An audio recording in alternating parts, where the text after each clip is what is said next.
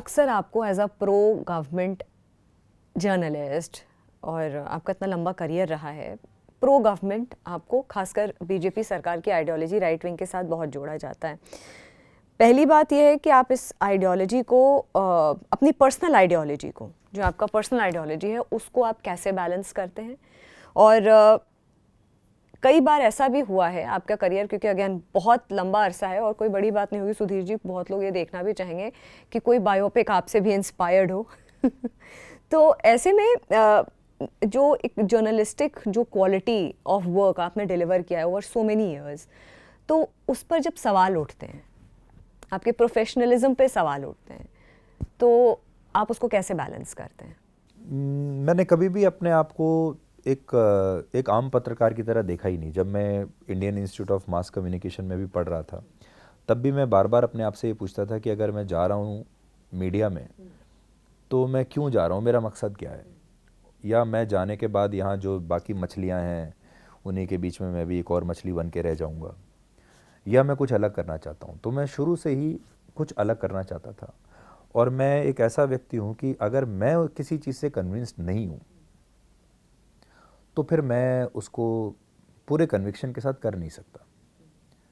अगर आप देखें मेरे शो में, जो मुझे सबसे ज़्यादा फीडबैक मेरे दर्शकों का मिलता है वो यही है कि भाई, हम आपको देखते हैं तो हमें लगता है कि आप पूरे कन्विक्शन के साथ कह रहे हो। उनको लगता है कि मैं सही कह रहा हूँ।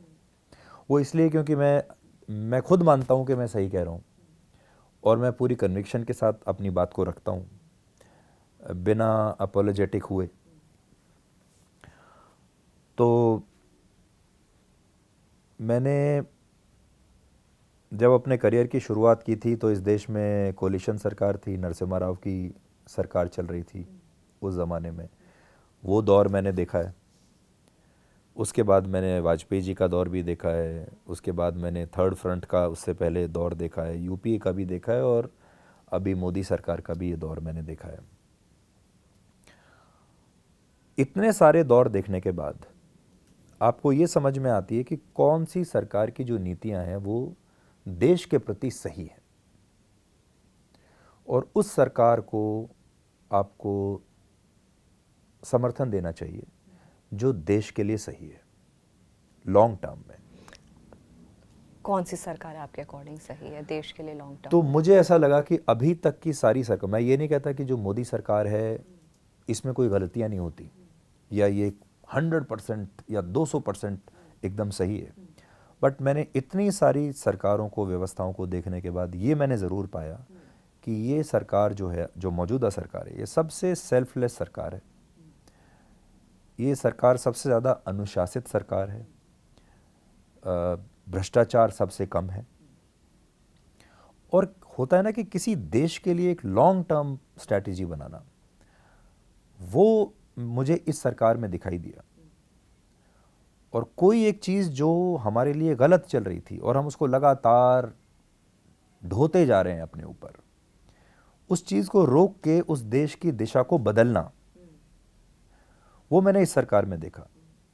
लेकिन मैं ये भी एक आपको बताना चाहता हूँ कि ऐसा नहीं है कि इस सरकार ने गलतियाँ नहीं की, लेकिन बाकी सरकारों के मुकाबले कम की हैं।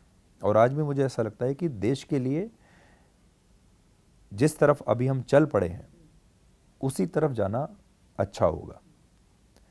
और ये मैं आपसे कहता हूँ कि जब हम लोग बड़े हो रहे थे, मैं आपको मेरी कुंठाएं शेयर करता हूँ। जब मैं यूथ था, हम स्पोर्ट्स में कितने ख़राब थे।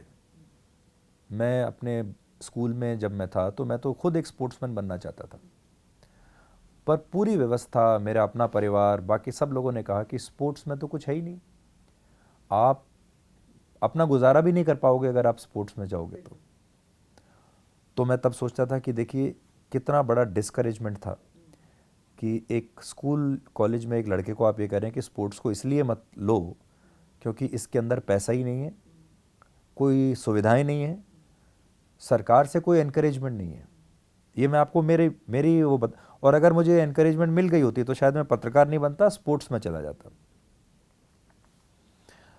जब हम और बड़े हो रहे थे तो इस बात की कुंठा होती थी कि हमारा देश, हमारे जो दुश्मन है आसपास, हम कोई एक्शन क्यों नहीं लेते।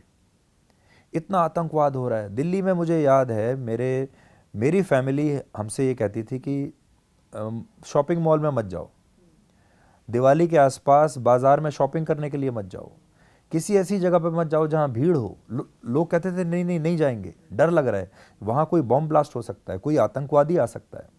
और कितनी एक कुंठा होती होगी किसी व्यक्ति को कि हम कुछ कर क्यों नहीं पा रहे हैं, हम इन आतंकवादियों को रोकते क्यों नहीं हैं, हम पाकिस्तान को कुछ कहते क्यों नहीं हैं। फिर जब और हम रिसर्च करते थे तो हमको ये पता चलता था कि हमारी तैयारी नहीं है कुछ, हमारी सेना के पास हथियार नहीं है, हमने जो हथियार ख़रीदे भी हैं वो इतने स्लो हैं, हमारा पूरा उनको ख़रीदने का प्रोसेस, या फिर उनमें भ्रष्टाचार होता है। आप याद कीजिए पुराना, जब उस ज़माने में कुछ भी हथियार की बड़ी डील होती थी तो उसमें भ्रष्टाचार होता था, कमीशन खाया जाता था, बिना कमीशन एजेंट के कोई डील होती नहीं थी। तो इसलिए मैं आपको कह रहा हूँ कि मैं मीडिया में हूँ या मीडिया के बाहर हूँ, इस देश का एक युवा जब बड़ा हो रहा था, जब स्कूल में था, कॉलेज में था, और मैं आपको मेरी कहानी बता रहा हूँ, तो बहुत सवाल मन में आते थे कि ऐसा क्यों हो रहा है, हमारी सरकार ऐसा क्यों नहीं करती, वैसा क्यों नहीं करती, हमारे देश में बुलेट ट्रेन क्यों नहीं है, हमारे देश की ट्रेन इतनी धीरे क्यों चलती हैं। उन सारे सवालों के जवाब अब मुझे जाकर मिल रहे हैं, जब मैं कुछ महीनों में 54 साल का होने वाला हूँ। अब जाकर जो बात मैं 20-25 साल की उम्र में सोचता था, जो सवाल मेरे दिमाग में आते थे, अब मुझे उनके जवाब शायद मिल रहे हैं। अब मुझे ये पता चलता है कि ठीक है, बुलेट ट्रेन आ रही है, अब 1.5 साल के बाद बुलेट ट्रेन आ जाएगी। अब मुझे ये पता चलता है कि ठीक है भाई, हम अपना हवाई जहाज़ बना रहे हैं।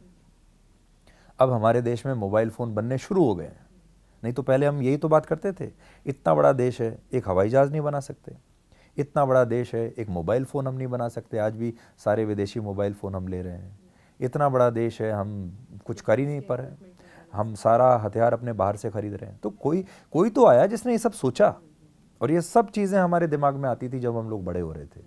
सो I think it's a big difference, और मुझे इस बात में कोई शर्मिंदगी नहीं है कि आज मैं अगर ये बात कह रहा हूँ तो कोई मुझे प्रो गवर्नमेंट कहता है, या मैं तो कहता हूँ मैं प्रो इंडिया हूँ। मेरी मूल विचारधारा प्रो इंडिया है। उस विचारधारा को अगर कोई पूरा करने में कोई सरकार मदद करती है तो ऑब्वियसली मुझे उस सरकार के प्रति मेरा जो सम्मान होगा वो ज़्यादा होगा, और अगर उसको कोई सरकार पूरा नहीं कर पा रही है तो मैं उसे विफल मानूंगा, और मुझे इस बारे में कहने में कोई हिचकिचाहट नहीं होती। बाकी लोग तो ये कहते हैं कि भाई क्या फैशनेबल है, क्या नहीं फैशनेबल है। मैं ऐसा ही था, साफ बोलता था पहले भी, आज भी साफ बोलता हूँ।